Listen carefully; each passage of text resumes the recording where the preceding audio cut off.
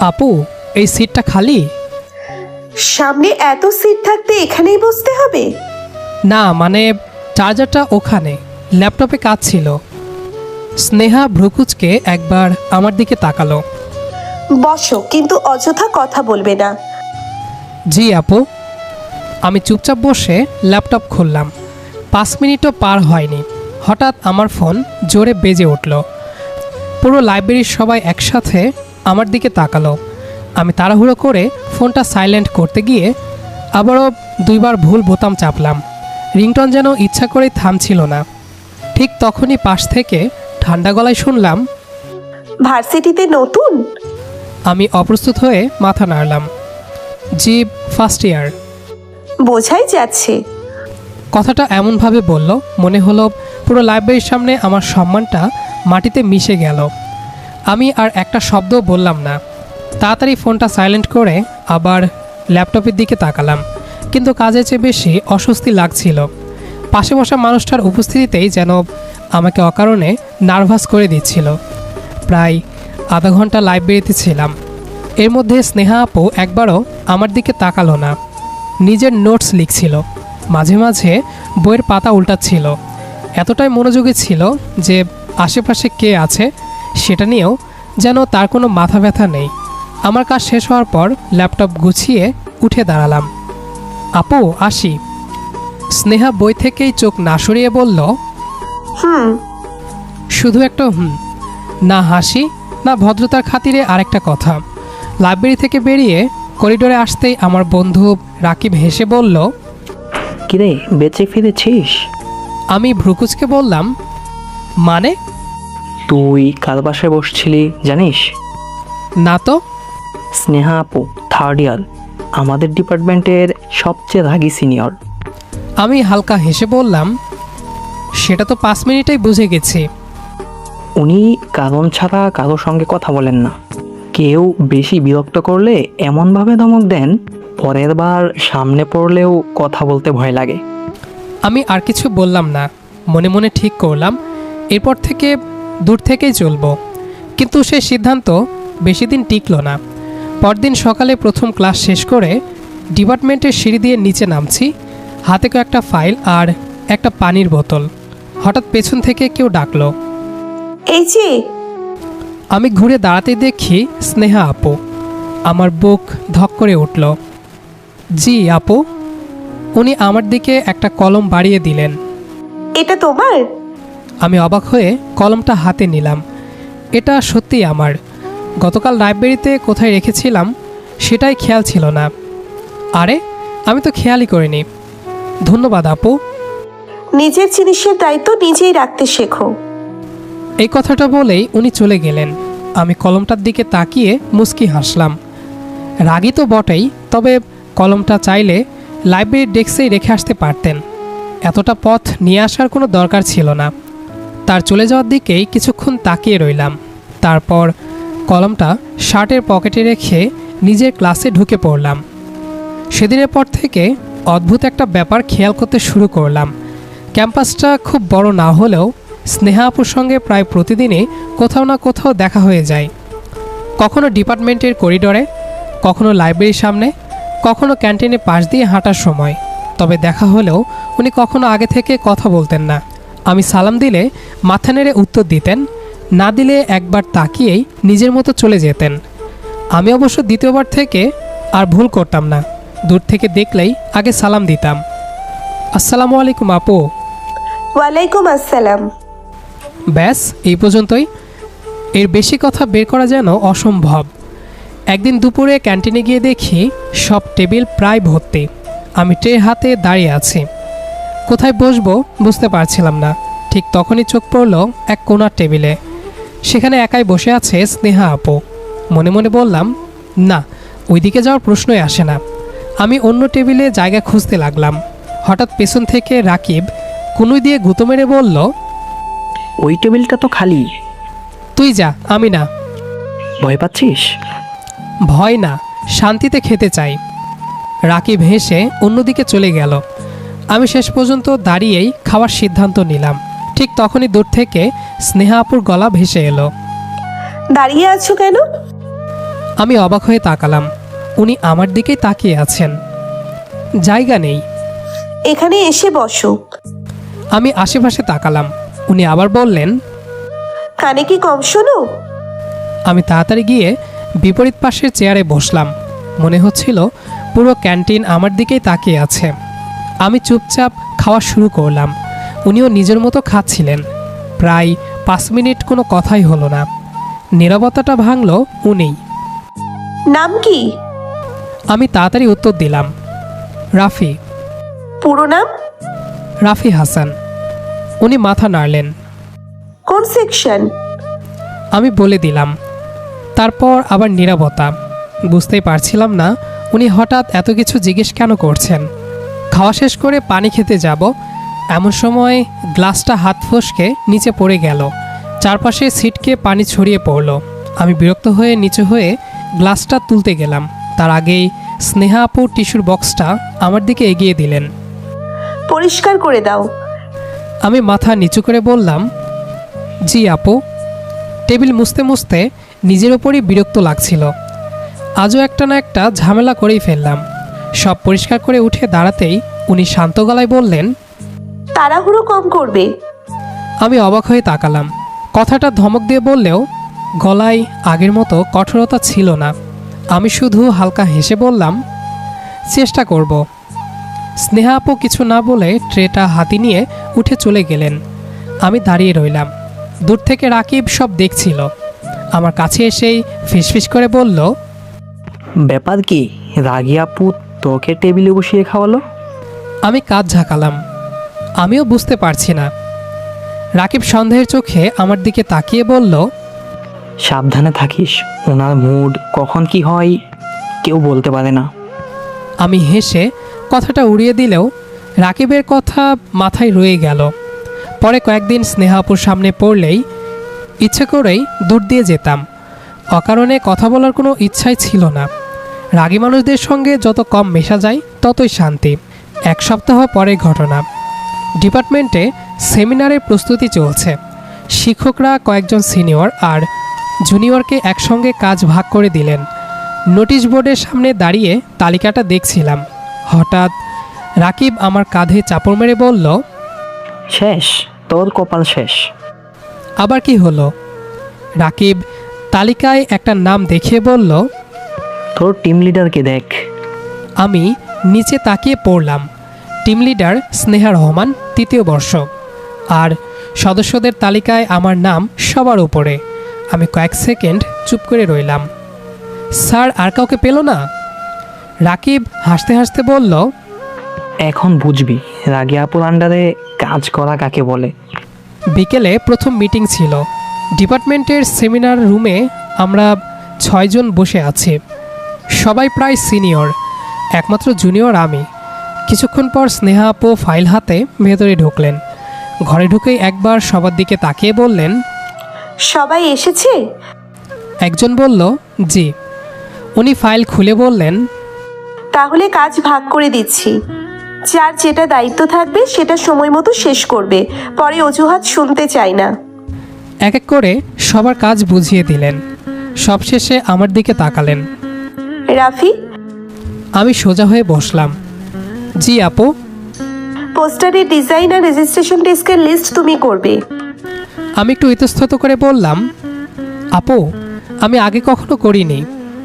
উনি বিন্দুমাত্র ভাব না বদলে বললেন, এখন করবে। আমি আর কিছু বললাম না। মিটিং শেষ হওয়ার পর সবাই বেরিয়ে গেল। আমি এখনও বসে আছি। কোথা থেকে শুরু করব সেটাই বুঝতে পারছিলাম না।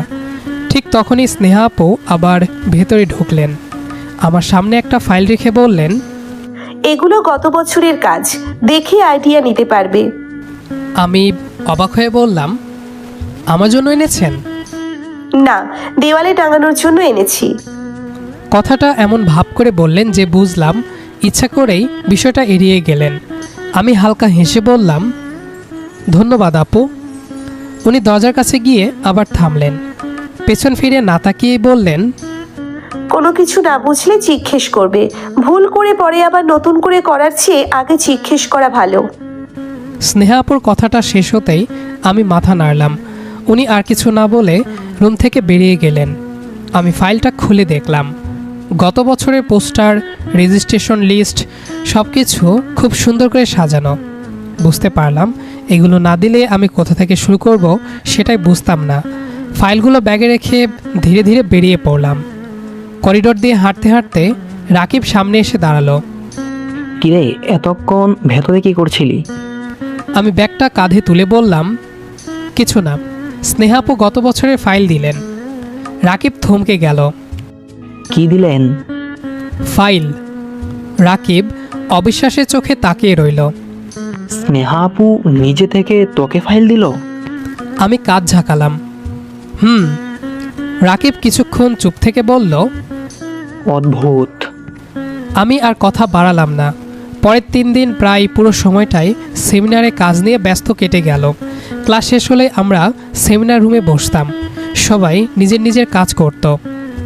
স্নেহা আপু মাঝে মাঝে সবার কাজ দেখে দিতেন। আমার পোস্টারের ডিজাইন প্রায় শেষের দিকে। ল্যাপটপে শেষ কিছু পরিবর্তন করছিলাম। ঠিক তখনই স্নেহা আপু আমার পাশে এসে দাঁড়ালেন। হয়ে গেছে? আমি ল্যাপটপটা একটু ঘুরিয়ে দেখালাম। প্রায়। উনি কিছুক্ষণ মন দিয়ে স্ক্রিনের দিকে তাকিয়ে রইলেন।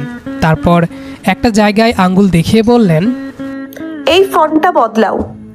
আমি অবাক হয়ে বললাম, এটা?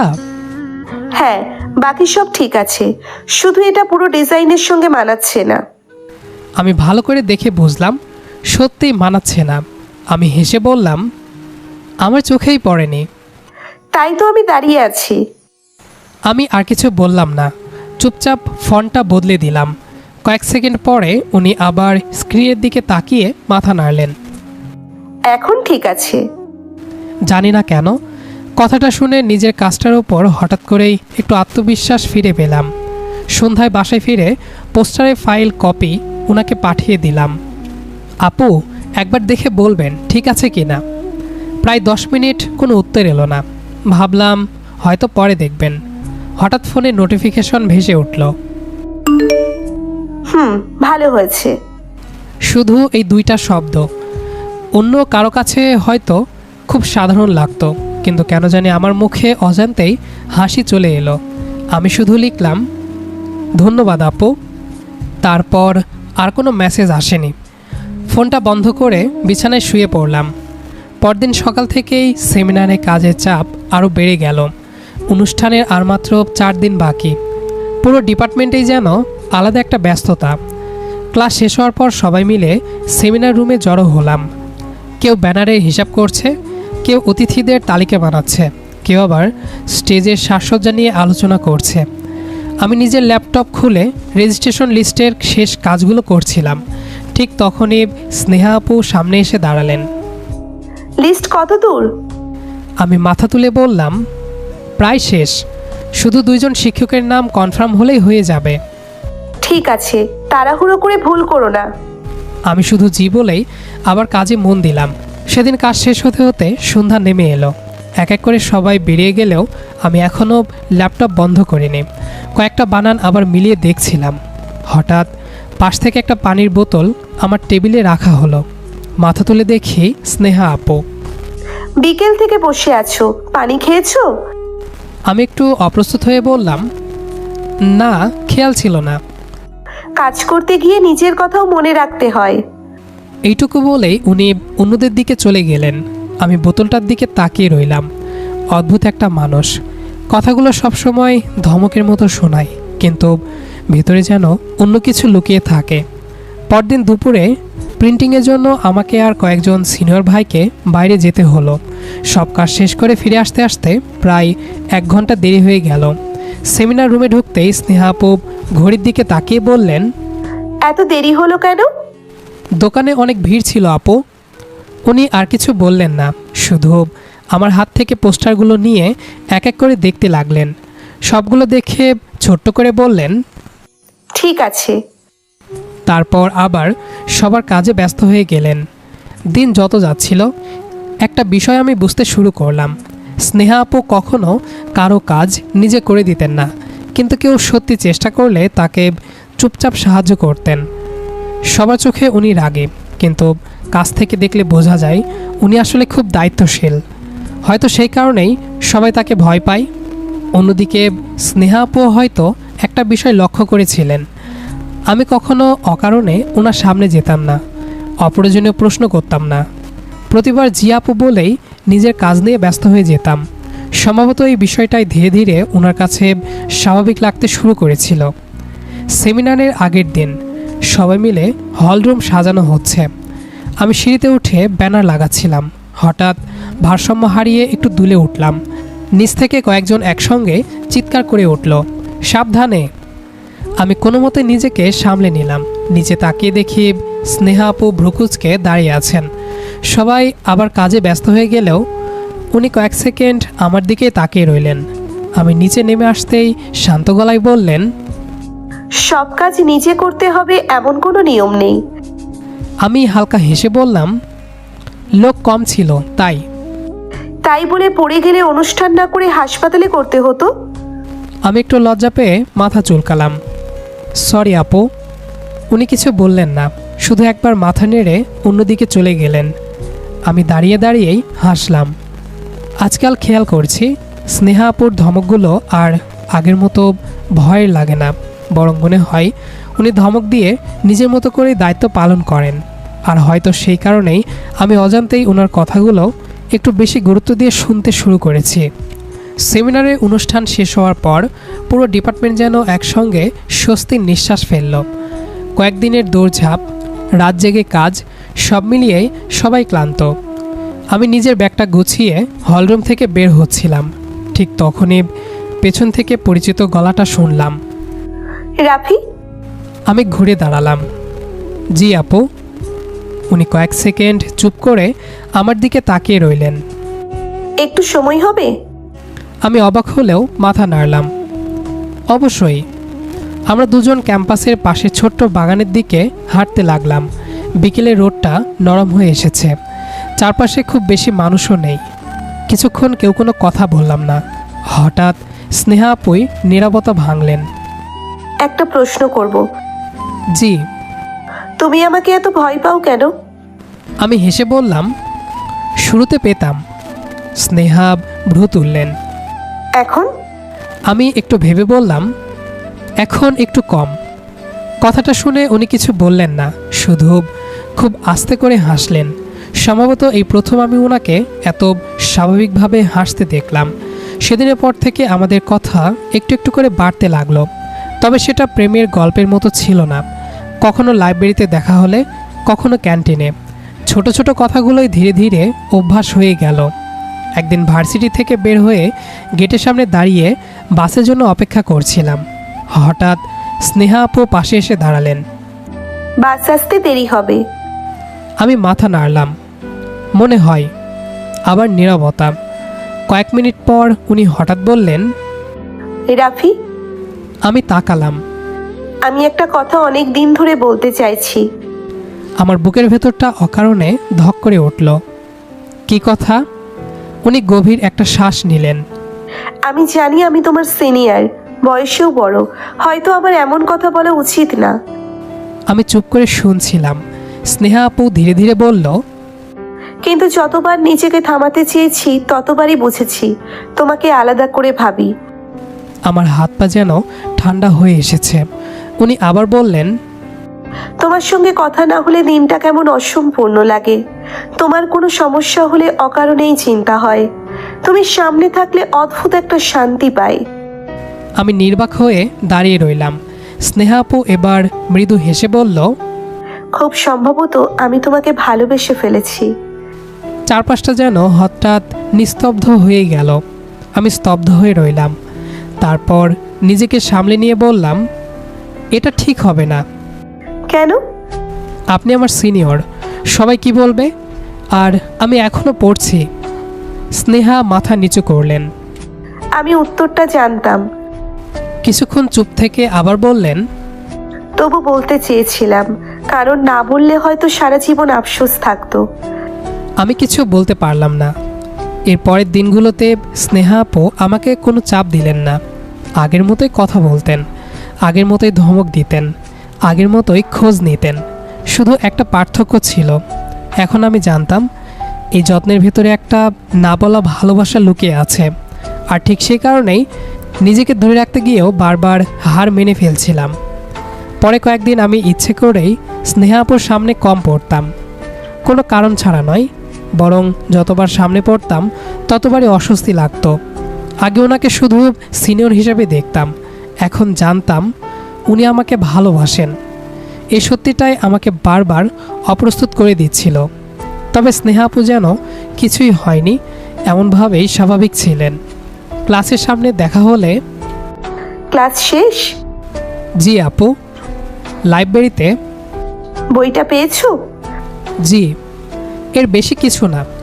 একদিনও উনি আমাকে অস্বস্তিতে ফেলেননি, একদিনও নিজের অনুভূতির কথা দ্বিতীয়বার বলেননি। প্রায় 2 সপ্তাহ কেটে গেল। সেদিন দুপুরে ভার্সিটির লাইব্রেরিতে বসে একটা অ্যাসাইনমেন্ট করছিলাম। হঠাৎ মাথাটা কেমন যেন ঝিমঝিম করতে শুরু করলো।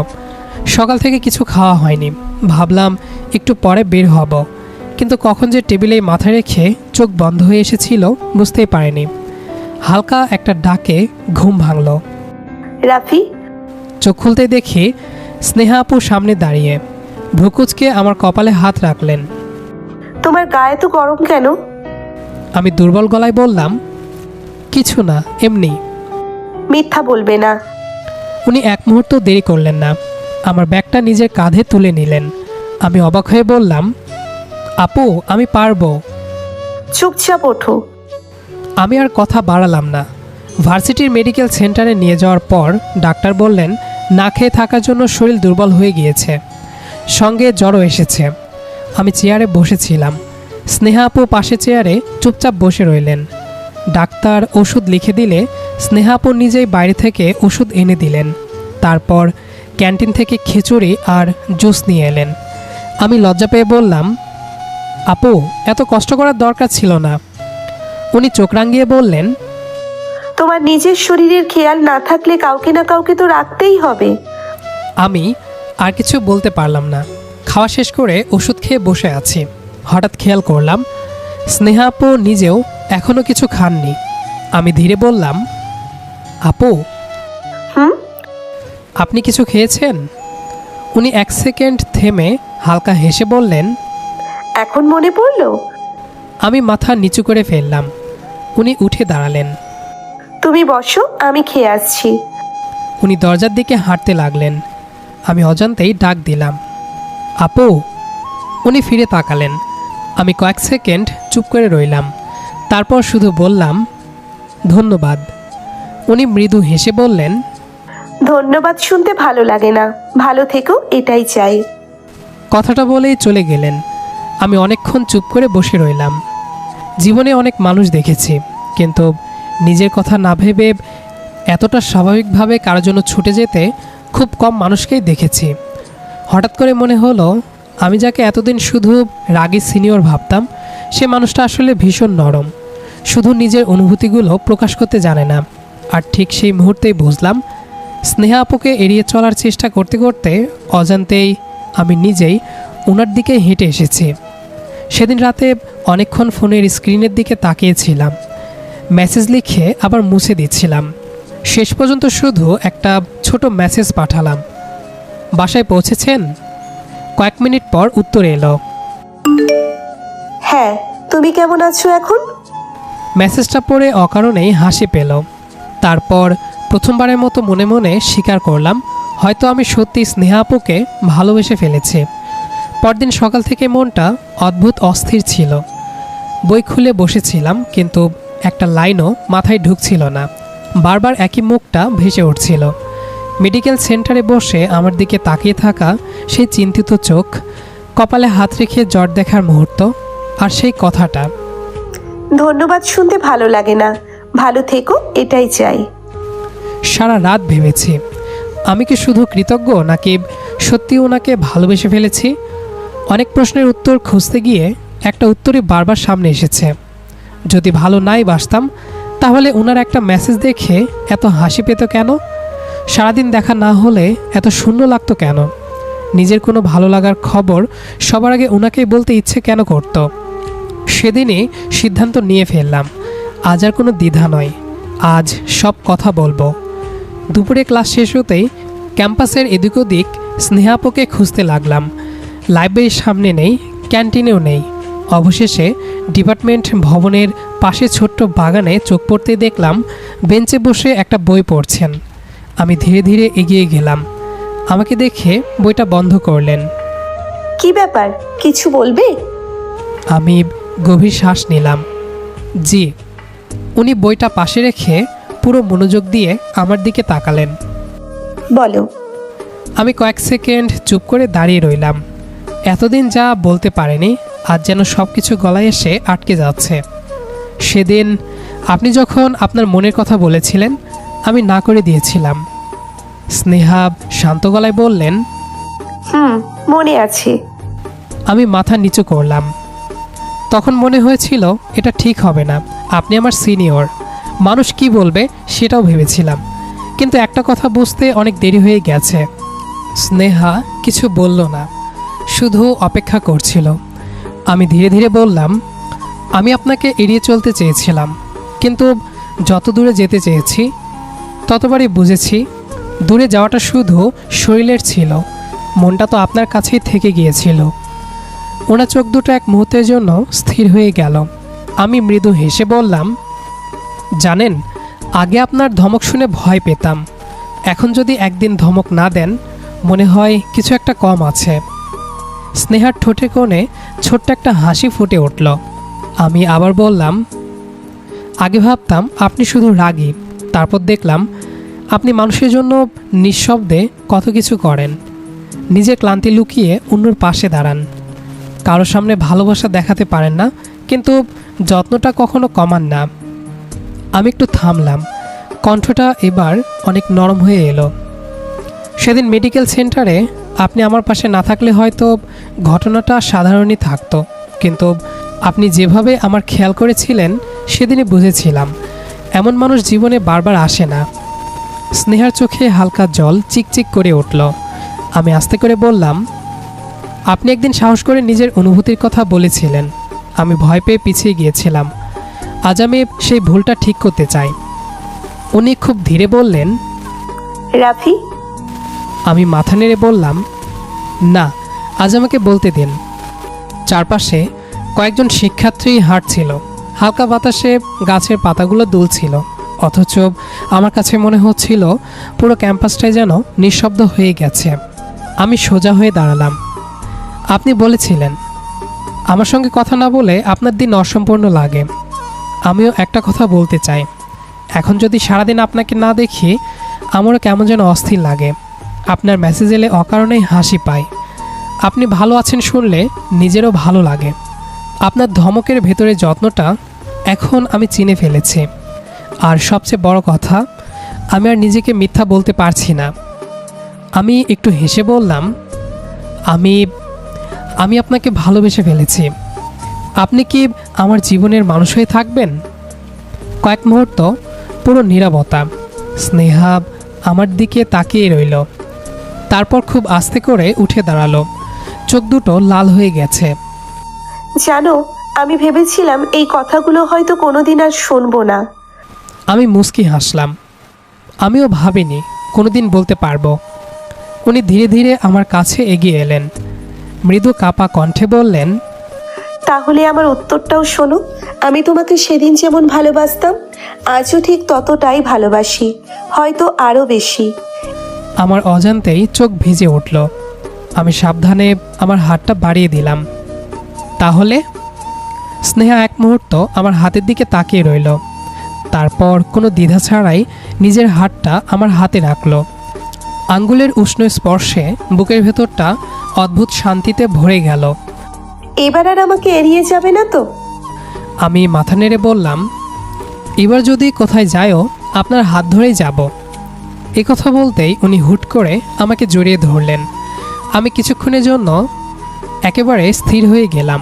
এতদিন যাকে শুধু দূর থেকে দেখে ভালোবেসেছি সে মানুষটাই আজ কোনো দ্বিধা ছাড়াই আমাকে নিজের বুকের কাছে টেনে নিয়েছে।